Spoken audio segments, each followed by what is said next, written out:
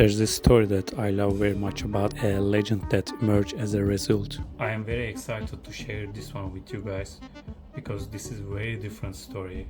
PlayStation, Nintendo, Sony, Philips, all these big companies will be in this video. This story begins in Japan in the 70s. Sony is a company that produced technology products at that time. It has nothing to do with the gaming industry, of course. There was no game industry at that time anyway. But Sony was a rising star company. It especially attracted young people who were electronically included. Young people also wanted to work, so this was the dream of Ken, who was a successful student working at Sony. Ken, the hero of our story. Ken was a naturally intelligent child who always brought the network to almost all of his classes until he went to university. And his biggest passion was electronic devices, toys, radios, household items. He enjoyed learning their working principles and understanding the basics of engineering. His goal was a field that was just right for him. Since he was a successful student, he easily entered this department. But at some point, things started to go wrong for him. When Ken started university, unfortunately, he learned that his father had advanced cancer. His father spent most of his time in the bed, and he says, "I can no longer take care of the small printing shop that his father has been running for a long time." He thought that someone had to be charged, so it was very difficult to do this without his father's support. Even though he did not want to take over the shop, he said, "I have to do this for my father." He went and told his father that he would quit school and take over the business. His father clearly opposed this request. He said, "No, you are an intelligent man. You will not spend your life in a shop like me. Sell our property, study, whatever you want, but get the job you want. I have only one request. Do justice to the job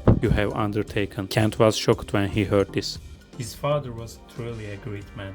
He received this promise from his father, and only thing was Ken's mind, getting his dream job and making his father proud.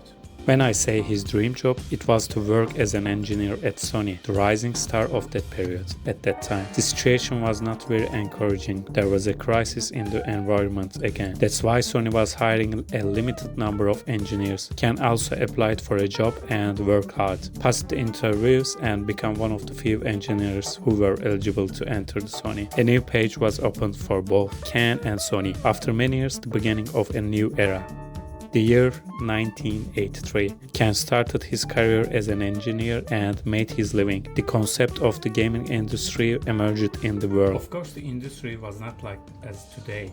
It just emerged, but big companies already making serious money. One of the leaders of the industry is the first company that comes to mind when the Nintendo home console is mentioned. Ken's encounter with these Nintendo consoles took place while he was visiting an electronics store to buy a computer for his son. This device, which had family computer writing in a huge letters on it, was very cheap compared to the PC. This cheapness attracted the attention of the place and thinking, what is this like? He bought a computer and the Nintendo and returned home. His son would decide which one he would play with. After a while, he realized that his son did not even look at the computer when he had this console. A question popped up in his head. It's a tiny console. You plug it into the TV and it plays games with great graphics for back in that time. Moreover, it is both cheap and easy to use. Thereupon, Ken decided that no matter what, he will produce a console under Sony brand. If not now, then one day. Months after Ken said this, Sony was preparing to launch a new technology. This technology was a device that could play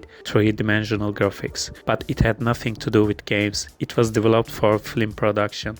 The device did not attract the expanded attention because it was a very expensive product and there was not enough customers to buy it.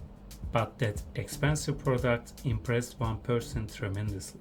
As soon as Ken saw the product, lightning flashed for the idea of console in his mind. He thought to himself, if we could make a console that looks stylish and can display the three-dimensional graphics, things will be much better. It goes to another dimension. Of course Ken thought about this, but I am talking about mid-80s. Dude, how you can make a three-dimensional consoles? It's a very utopic event for that time. It sounded impossible for that period, but Ken still said it was worth thinking about and started making his plans. He knows what came out as a result of his planning. If Ken start develop today, he will be able to produce that console in 10 years. You may think that this situation has discouraged him, but a new goal that he wants to achieve within 10 years, he had found a new passion project. He started to take steps towards it. The first thing he had to do was establish connection. There was no one on the Sony side who understood the console business or gaming business, so a partner company was needed. The first company that came to mind was Nintendo. Ken tried to contact with Nintendo, but Nintendo did not care about Ken's idea or name of the Sony. Sony was a small name for gaming industry back that time.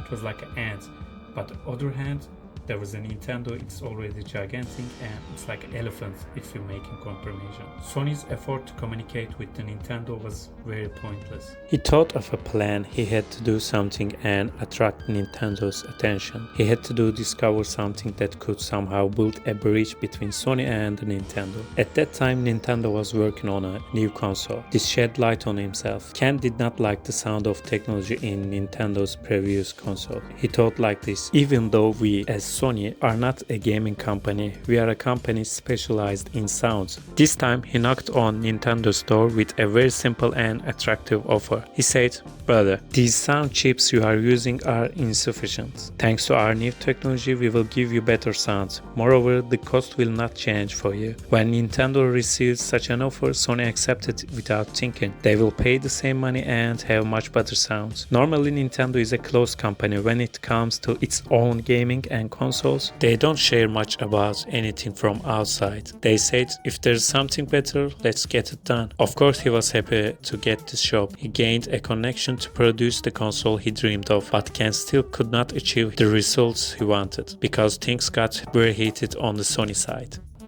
Sony's officials heard about this and they get angry because Ken taken job without their knowledge, and they asked Ken how he could do such a thing without consulting us. One of the reasons why Sony reacted to this situation was that it did not trust Digital Works very much. They put stones in front of Ken, told him not to get involved in this business. Ken did not listen to them, secretly continued to develop what he promised to Nintendo. But the board of directors noticed this again and they called Ken to the room and arguments broke out. They said, "Ken, you are doing it wrong, stop doing it right now." And Ken said opposite. If we do this, we'll gain a connection in gaming industry. It's a big step because gaming industry will grow.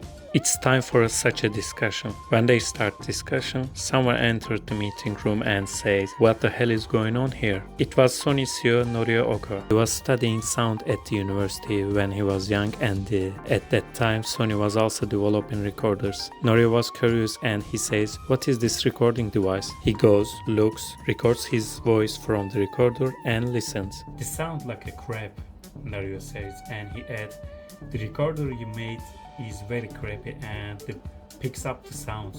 You can't hear clearly." Of course, the influential people were upset about it and they react to Norio.